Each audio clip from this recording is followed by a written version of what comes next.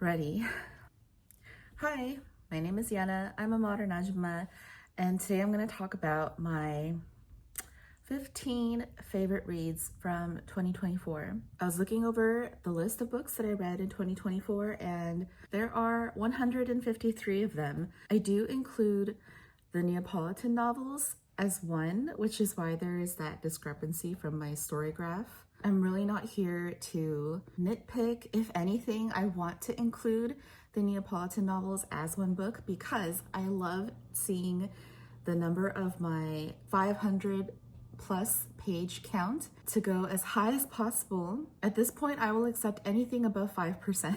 And it is so hard to narrow down what like a top 10 would be with that number of books. I feel like it's near impossible. So I took the best 10% of that. So we're gonna do like the top 15. And for me, top doesn't mean these are all like 5 stars technically. Did I give all of these 5 stars? Oh, maybe I did. But honestly, it's just not how I think about books really. These are the 15 books that I feel made 2024 feel really memorable. Even though when I really reflect on this year, I don't feel like it was my best reading year, even though I love all of these books that I'm going to talk about. I can't remember a time when I wanted to stay up all night to finish a book because it's that worth it. Maybe it's just the kind of year that I had, and so it's more reflective of my life situation as opposed to the books themselves. But yeah, 2024 felt kind of dreary, and it's not just today's weather that's feeling dreary. Southern California is finally getting some rain. Thank God. It's about time. I'm ready for this change. I'm ready to close out 2024 at the end of January 2025. And we're gonna start off straight into number 1. Because if you know me, I'm not about suspense. I'm not about the tease. I get straight to the point. So we're gonna start right off at number 1. My favorite book of the year was They Can't Kill Us Until They Kill Us. Me and this title, by Hanif Abdurraqib. This book I started reading as a library audiobook read by the author who reads it fabulously. And I can't remember what like percentile of the way I was through, but it was definitely not like I did not wait for the book to be done before I ran to my local Barnes and Noble that's up the street from my house that had a physical copy in stock for me to like hold in my hands, because what I was hearing in my ears was just so darn good. It definitely was the My Chemical Romance essay where he was talking about the band, talking about the Black Parade album, and reflecting on his life, his hometown, and how he grew up, all the people around him who impacted his life, how despondent he was feeling as a fresh graduate working at, I think it was a video store. Was it a record store? But you know, he was at his part-time job. He had to walk to work because he didn't have a car. But he was listening to the Black Parade album that had just come out, and how much the angst of that album really hit hard during that like wayward time of his life. For me personally, I think the Black Parade came out, was I in college? And I was not an MCR fan at all. I wasn't really even into emo rock as a genre as a whole. I really just liked Paramore for Hayley Williams' amazing voice and vocal talent. So that was just like me dipping my toe into the genre. But I was having this really nice conversation with my husband about the Black Parade album, where we both were at the time of its release in life, and he was telling me how like he also had just graduated. He also was in that like what should I do with my life stage, and you know, it was just a really cruddy time when everything felt a little hopeless and dreary and precarious. And when I was reading this, I think the election had just happened. Yes, and I felt so hopeless, so despondent, and reading this really hit hard. It really resonated, and it was just one of those magical things that books can do, where it transcends time and can speak to somebody like at the perfect time for them. I loved reading Abdurraqib's voice. I hadn't even finished the book when I knew that I had to read everything that he's ever written. I had to follow all of his socials. He just became a huge person for me in my life now. And that is why this must be placed at number 1 on this list. I don't have a physical copy of my number 2 book, but it is without a doubt, and really it's, I would say, pretty neck and neck, but Challenger by Adam Higginbotham. I bought a copy, a physical hardback copy, brand new, full price, to give to my grandfather-in-law. And the reason for Challenger being at the number 2 spot for me is not just because it is so well written, it is so well done, it is so well researched. I just talked about Midnight in Chernobyl by Adam Higginbotham in my December wrap-up that I uploaded yesterday. And I mentioned in that video that I might prefer Midnight in Chernobyl a little bit more than Challenger. Perhaps it's because I had seen the miniseries, so I have this, visual, this pre-existing awareness in my head since I already knew about the story and found it so compelling, the body horror, and just maybe like the fact that Chernobyl affected, thousands, tens of thousands, perhaps hundreds of thousands. We won't ever really know, right? Because you can't quite accurately quantify exactly how many people were truly affected from Chernobyl. But just nevertheless, it affected so many people as opposed to Challenger, affecting arguably less, like way less. Way fewer people. So all this is to say that while I was reading Chernobyl, I just felt like the hugeness of its impact so bluntly. But I still want to put Challenger on this list, not just because it's also new this year, but the real reason why it has to be made number 2 is for the wonderful conversation that I had with my grandfather-in-law about that whole time in this world. I was born in 1986. The Challenger explosion happened in 1986. I know that that's not a real excuse to why I had never known about it until reading this book, but that was just my reading experience for it. I saw Audrey talking about this book, praising it to the high heavens. I was so intrigued because she reads so many good nonfiction and has so many great recommendations, and this is obviously one that I heartily agree with, but I just went into this very blind. I was reading this book, as a newspaper, just shocked, like, oh my God, something like this happened. Relatively recently, found this so enthralling, so interesting. It talks a lot about metalwork, as you can imagine, it being a space shuttle. And I knew that my grandfather-in-law, his whole career was in like a metal factory, a metal facility. And I didn't really know what his career was at all. Just in the back of my mind, I kind of thought, oh, he welds things. He's not exactly a welder.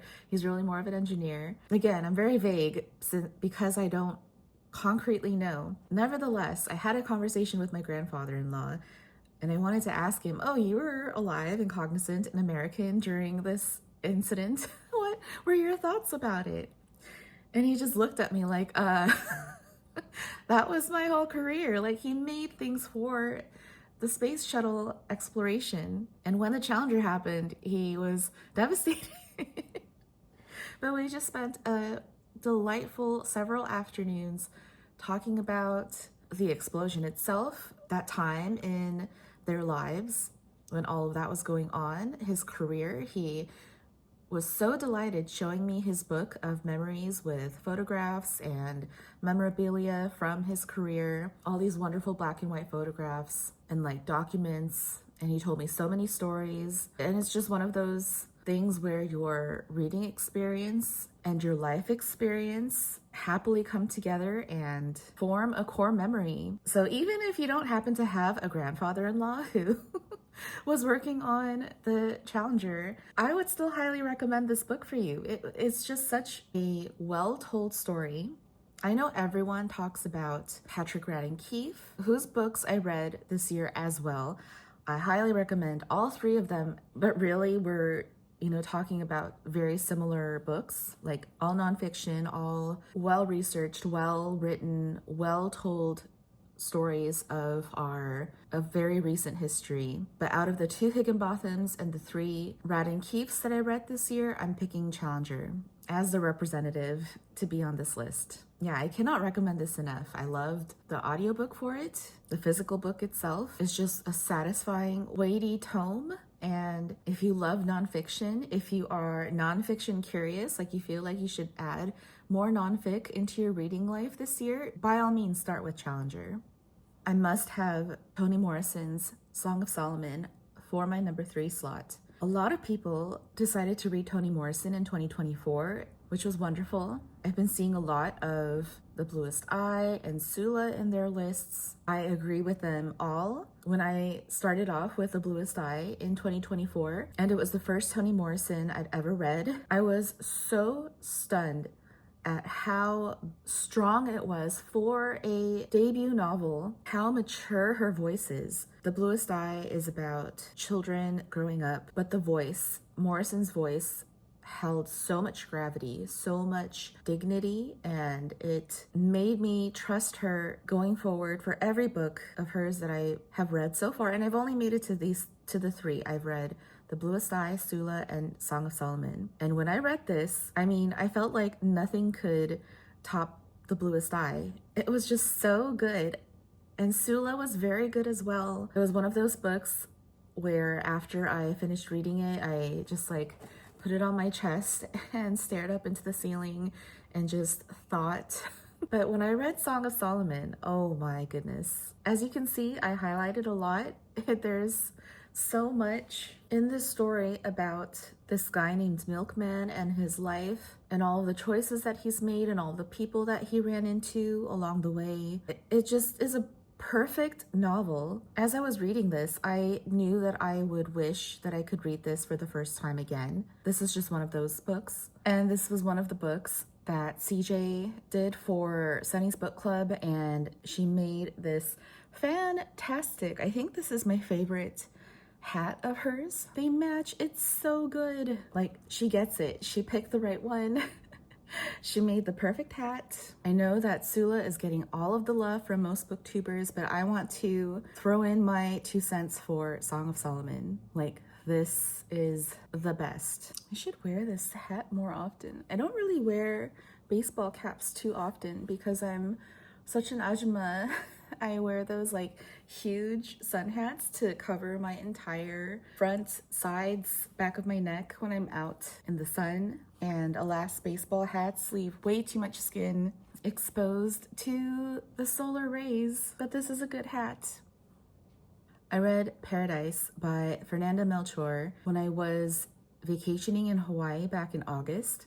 I mean, I've heard good things. I've also heard the warnings for this. I packed this book because it was so slim, so perfect for, being packed for a vacation, but nothing prepared me for what this book actually contains. Oh, like my socks were blown off. This is very intense. It's very graphic. It's violent. It's not for the faint of heart, but it is so impressive. It put me in a whirlwind of emotions. It was speaking to me the way that the Neapolitan novels did, whereby using the story about one person and the people around them, it's really speaking of an entire community, of entire systems in our world, and why people are forced to do what they do, and reminds you that at the end of the day, we're all human beings wandering this earth, trying to figure out how to put food on the table, how to live a life worth living, worth dreaming. Fernanda Melchor is another writer that I read for the first time in 2024, and I cannot wait to read more of her work going forward. And any new release of hers, it will be an automatic buy, like an automatic pre-order.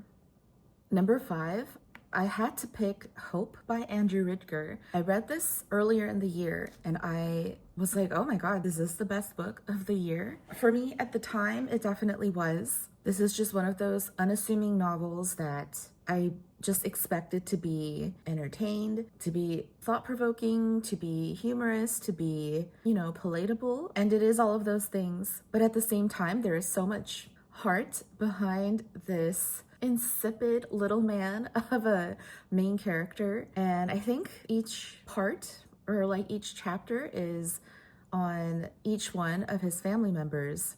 I loved the part about his daughter and her POV and her story, what she was going through. And as much as I hated the mom character, the grandma character, like the mother of the insipid man, she just struck such a chord in me. She is the most delectably written, overbearing mother character that I've probably ever read. And I've read plenty, but that character was just the standout, peppered through all the different family members' POVs. You know this woman, you hate this woman, but you also begrudgingly love this woman. You know this family. You may not know all these hidden secret details about this family, and it makes you wonder about the people that you do know who remind you of this family and what they've got going on. But this is just one of those novels that you really ask for. For me, I walked into this blind, I think from Matthew Schropp's recommendation of it, and I just found so much to love about it. Again, whenever I read those types of books, it's very hard for me to think of what to say about them. Other than it was great, I loved it so much. You might like it too. I love this cover for this book. I know that it looks thick, but it's a very breezy, quick read where I was just gasping, clutching my throat, rolling my eyes, anxious sweat beating up on my forehead, just completely all in. And Ridker is another author who I have my eyes on now, and I have to read The Altruists, which I think is his first book. And again, any new release from Andrew Ridker, I want to know all about. Number 6, I read Howard's End by E.M. Forster back in May. And I don't know why I'm so surprised at how many tabs I have for it, how much I enjoyed this, how hard it hit. I remember really liking the film with Emma Thompson and Anthony Hopkins. Like, it was beautiful visually, story-wise, it was very intriguing. So I had already known a little bit about the story before going into the book. But oh my goodness, I was just really surprised in a very good way at how hard Forster writes. The character of Helen is really what did it for me. She is so vibrant. She is the early 1900s manic pixie dream girl with her progressive ideals and earnest youth. The writing is so sparkling. It's so amazing how much Forster is just ahead of his time. He really speaks on capitalism and class and privilege, like the textures within them, what they can look like in our society. And you know me, I love stories about houses because it's such a handy tool for speaking about where people belong on, like, which rung of the ladder, like how a house runs, how a society runs. This was dramatic. This was contemplative. I was genuinely shocked, and I shouldn't be. I shouldn't ever underestimate Forster. So far, I've read A Room with a View, Morris, and now Howard's End. I think next for me to continue with Forster is A Passage to India. I think that's what it's called. I don't know why with every Forster I get a little nervous about reading it. Like, I'm a little bit nervous about A Passage to India. I really shouldn't be. At this point, I should have way more faith in Forster. But at the same time, I'm kind of glad of my hesitance because of it. Each Forster that I read for the first time, I am that much shook. I have to put 1,000 Ships by Natalie Haynes as my number 7 pick. I read my first Natalie Haynes this year with Divine Might because it was a new release. I heard Matthew Schropp talking about it, and I started getting into all of these Greek retellings ever since I read Madeline Miller, and I got the library audiobook for Divine Might. It was wonderful. It immediately drew me in to Natalie Haynes' whole shtick of, like, she has a very specific flavor of like a feminist Greek retelling with her contemporary middle-class British voice. And I'm very into it. I continued reading the rest of Natalie Haynes' books all throughout the year, and I read 1,000 Ships back in June as a library audiobook, which was also read by her. And really, the audiobooks read by her are the way to go for reading any of her titles. But when I was reading 1,000 Ships, I didn't even finish the book before I ran to Target, where I saw that they had a copy of this in store. I think you're getting the sense, just like me at this point, where a lot of these books on my list, I start with a library copy and end up loving it so much that I run out halfway through for the physical copy for me to own. And this was one of them. And the quote that did it for me to want to highlight. Did I put the tab on? No, I didn't. This is why I use tabs, Yenna. But this is the quote that really made me want my own copy. She had already learned that the worst dreams were not the ones where the flaming walls were crashing down on you, or where armed men were chasing you, or where your beloved menfolk were dying before your eyes. They were the ones when your husband lived again, when your son still smiled, when your daughter looked forward to your wedding. She's a master at this whole Greek contemporary retelling genre. She's my favorite of the genre. I love Madeline Miller still, but Natalie Haynes has risen to the top for me personally. And out of all of the books that I read of her this year, A Thousand Ships is my absolute favorite. At number 8, I loved, again, immediately, All Fours by Miranda July. This has been making the rounds on so many booktubers' top 10 lists, deservedly so, obviously. For this, I also read as a library audiobook read by the author, who reads it so wonderfully that I don't have a physical copy of this. I do have an audiobook of it though. And I love this so much. This was my first Miranda July book that I read. I've seen her film Kajillionaire, so I'm aware of her particular brand of quirk. Everyone talks about the plot about a middle-aged woman remodeling a motel room and falling in love with the younger man. Everyone's talked about the themes of middle age for women, perimenopause, marriage and divorce, and figuring out what the hell it is in life that you truly want for yourself. And I could talk about all of them, but the reason why I loved this book so much was the voice just felt so fresh and so unique, so singular, so distinctive. For me, she could say anything. She could write about anything.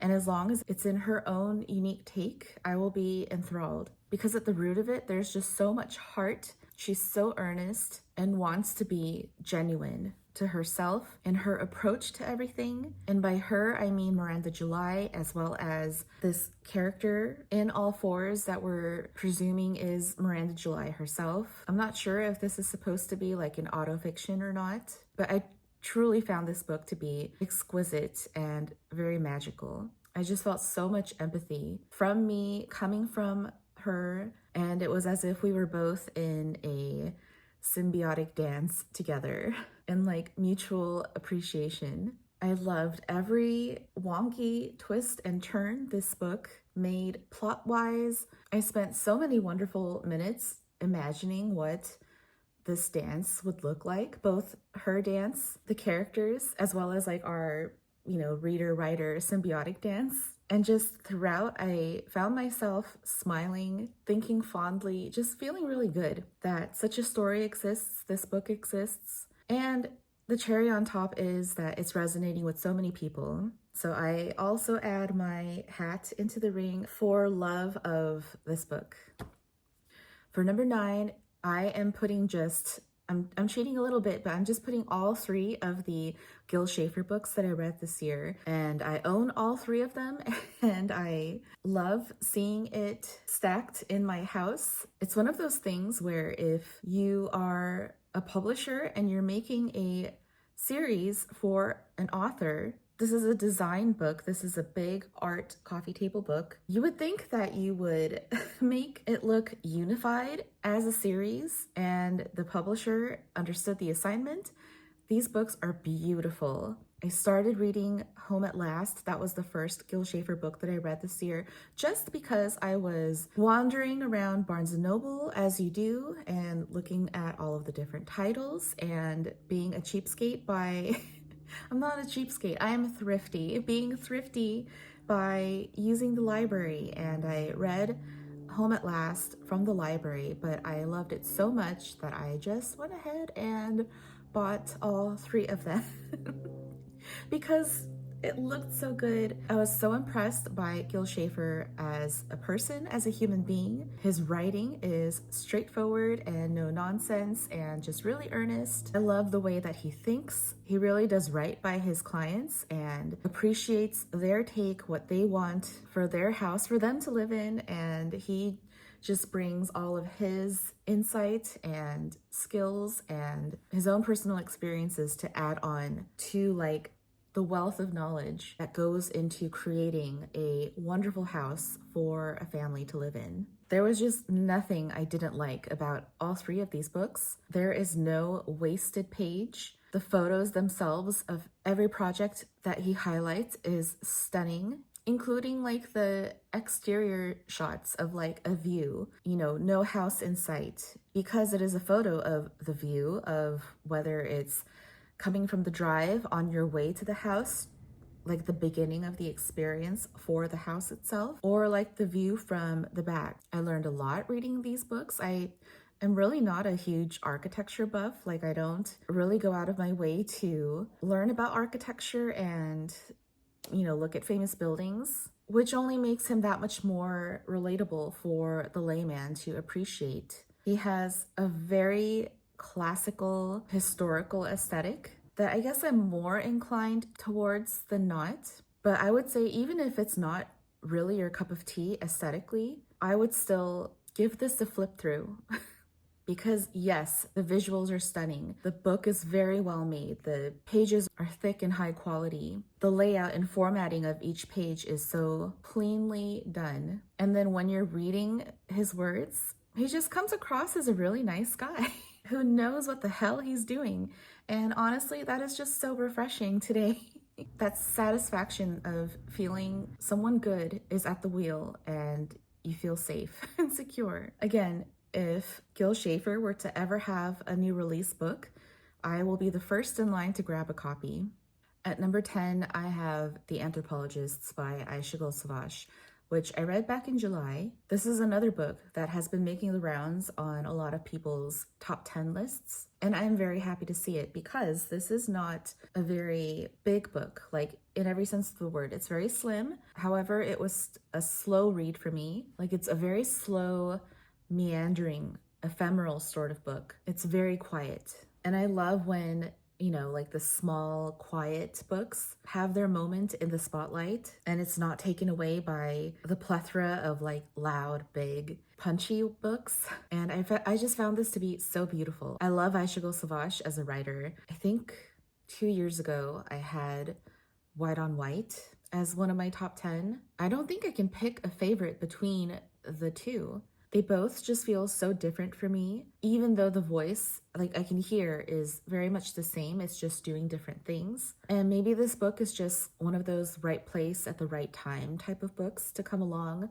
where, you know, everything around us is feeling so big and so crappy. And this is like that lovely oasis to take refuge in and ruminate on, just contemplate on how life is, what life can feel like, how people metamorphosize over their lifetime. Yes, this was a very welcome addition to my reading year that nevertheless remained a highlight, however quiet. If you haven't read any Aysegul Savas yet, I highly recommend you do so, whether or not it's with The Anthropologists, whether it's White on White. If you're a new mom, I was talking about The Wilderness in my December wrap-up. That was lovely as well. As soon as I read White on White, which was the first book that I read of hers, Savas became like an automatic new release pre-order writer for me. At number 11, I had Tell Me Everything by Elizabeth Strout. Elizabeth Strout is another automatic new release pre-order writer. For me, I love her prose so much. There's just something about it where I was saying when I was talking about one of her books, I've only so far read her Lucy Barton series, which this is the last one of I think. But I was saying that if I were to be a writer myself, the writer whose voice I would most want to emulate is Elizabeth Strout. I still can't quite articulate what it is about her prose that I find so appealing, but everything about Elizabeth Strout just exudes warmth and heart, comfort, and respite from the weary wide world. And when I was reading Tell Me Everything, I'm pretty sure it was like when I was grieving over the death of my dog, George, who I still miss and still think about, but now I can think about him with a smile. But I had just really needed to read something like that, something very good for the soul, like chicken soup. This is chicken soup in a book, and it was perfect for that purpose.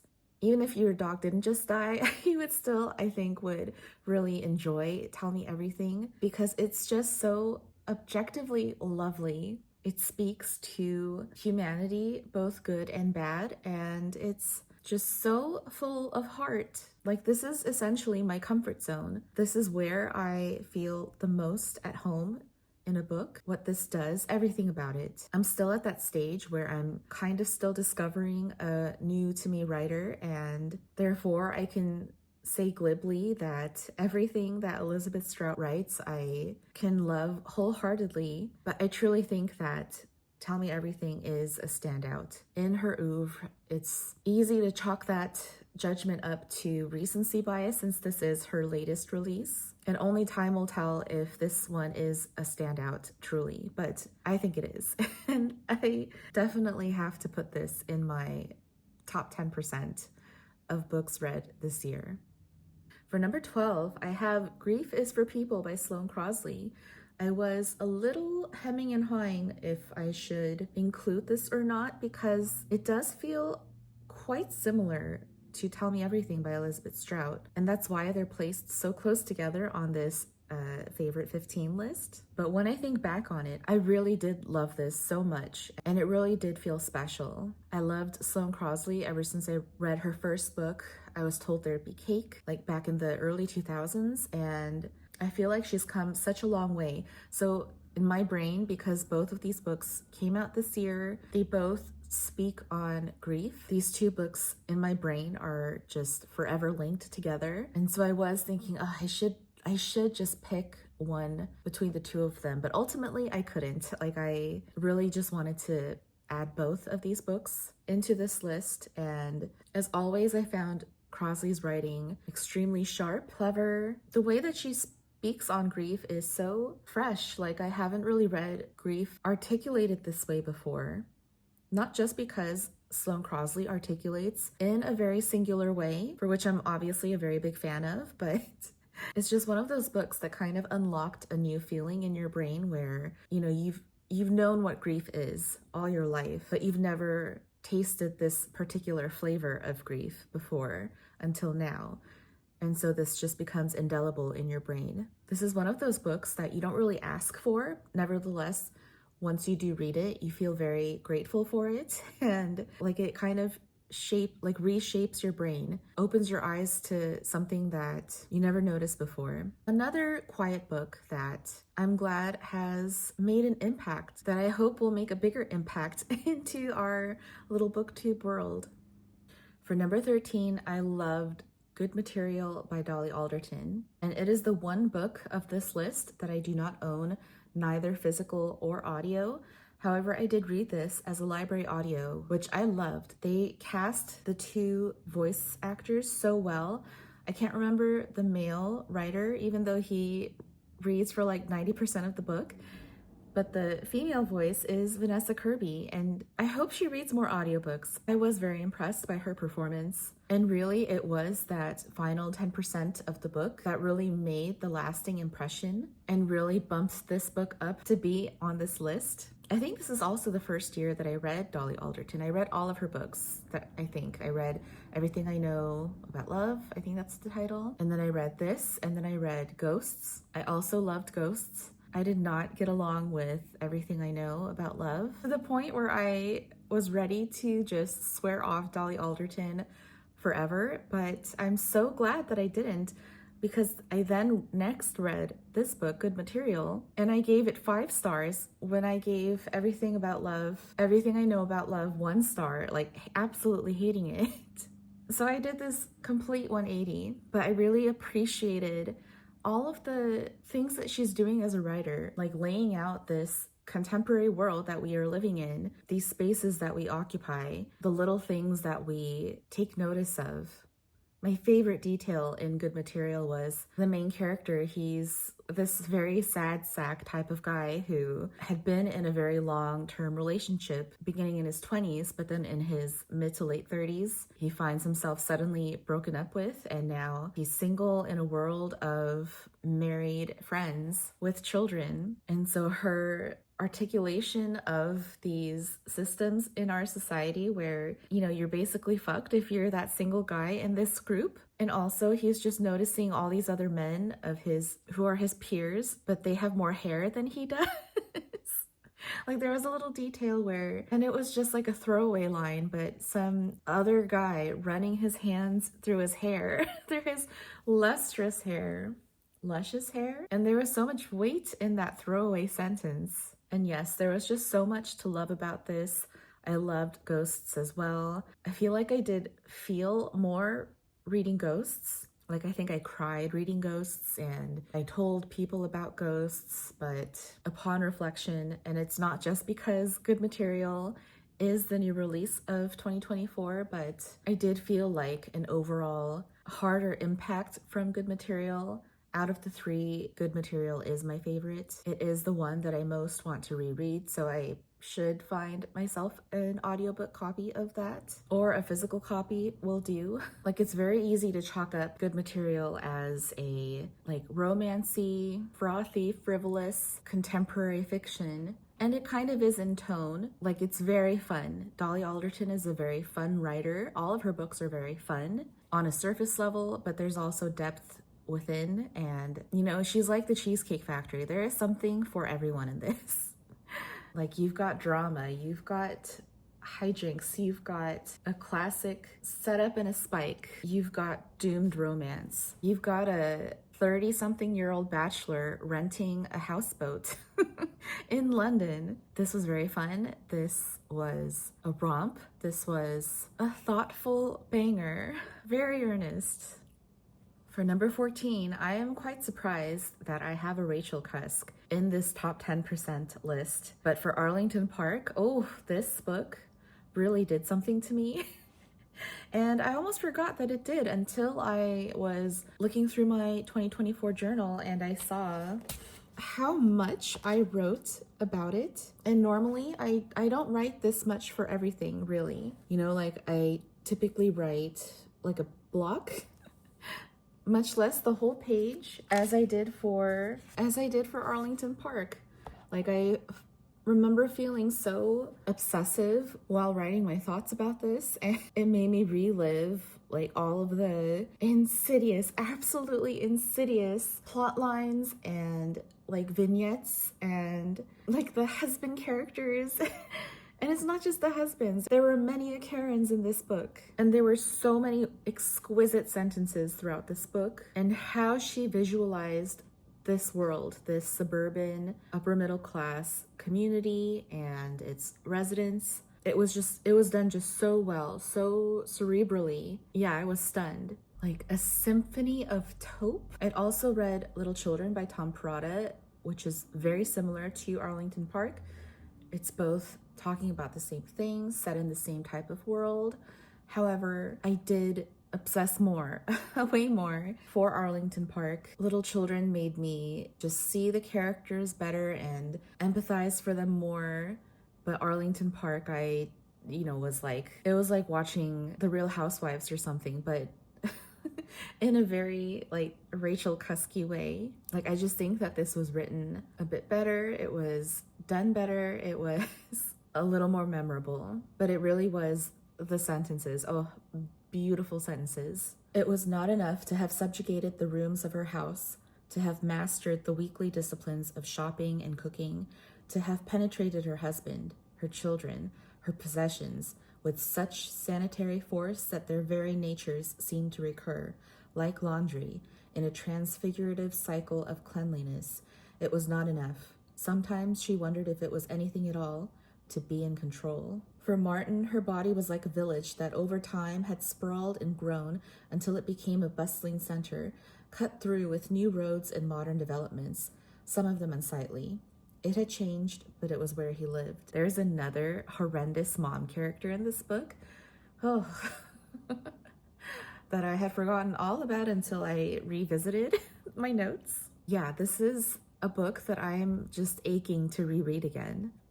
And last but definitely not least, at number 15, I had to give it to Be Ready When the Luck Happens by Ina Garten, which I own the audiobook read by Ina Garten. It's how I read this book. I saw that she was reading it herself and I had to own the audiobook copy. And I think that's the right choice. She reads it so well. I grew up loving Barefoot Contessa. I've watched all of her shows. I'm already a huge fan. Nevertheless, this book still had its elements of surprise, not just like, oh, I never knew that about her, or, oh, so that's how she grew her business. It really is just like, I know what her personality is like. I know what her inner character is like, but I still felt so wowed by just exactly how tenacious she is. Her insistence on bringing back everything down to the fundamentals, you know, what the bottom line is. She is very no nonsense and very practical. I knew this about her, but it was still so wonderful to read about her life told in her own words, coming from her own voice in this way. I have all of her cookbooks, love them all, continue to use them all. And it's always so wonderful when you are still learning about someone and finding new facets of themselves after what, like 20 years? You know, since she's put herself out there with all of her shows and cookbooks. This was already a very highly anticipated memoir for me, and yet it still managed to exceed every expectation. It's probably going to be one of those audiobooks for me where I'm just going to like pop on a chapter here and there, and like I'm not going to include it as, you know, like a book that I read for the year. It's, you know, it's like a favorite TV show like I Love Lucy or 30 Rock, where you're just in the mood for a couple episodes while you're eating dinner or something. And yeah, this is comfort to a T.